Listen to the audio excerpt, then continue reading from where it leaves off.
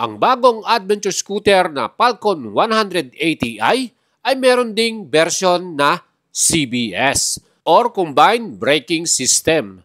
Aba mga idol, ang dami pong nagkakagusto sa bagong model launch ng Euromotors na Falcon 180i dahil napakamura ng presyo, 126,900 ang CBS version. Meron ka lang malakas na engine, 180cc, 4 valves at liquid cool.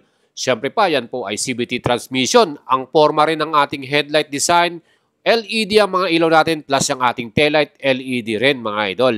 Ang ating suspension, naka-dual shock absorber sa likuran with sub-tank pa yan. Ang kanyang wheels ay naka-alloy cast wheel at ang sukat sa harapan ay 14 inch, sa likod naman ay 13 inch, parehong tubeless.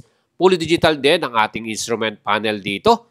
At hindi lang yan mga idols, ang kanyang seat height 780mm, mababa lang, naka-camelback style pa ang upuan natin.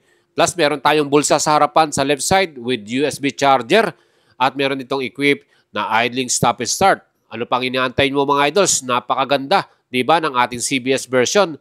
Pero kung gusto mo na mas premium, eto naman ang ABS version with the price naman ng 129,900. Aba, konti lang diferensya. Ano ang pipiliin mo mga idols? Pag ito ay nilabas ng Euromotor this coming month of May, bibili ka ba? Arat na mga idol!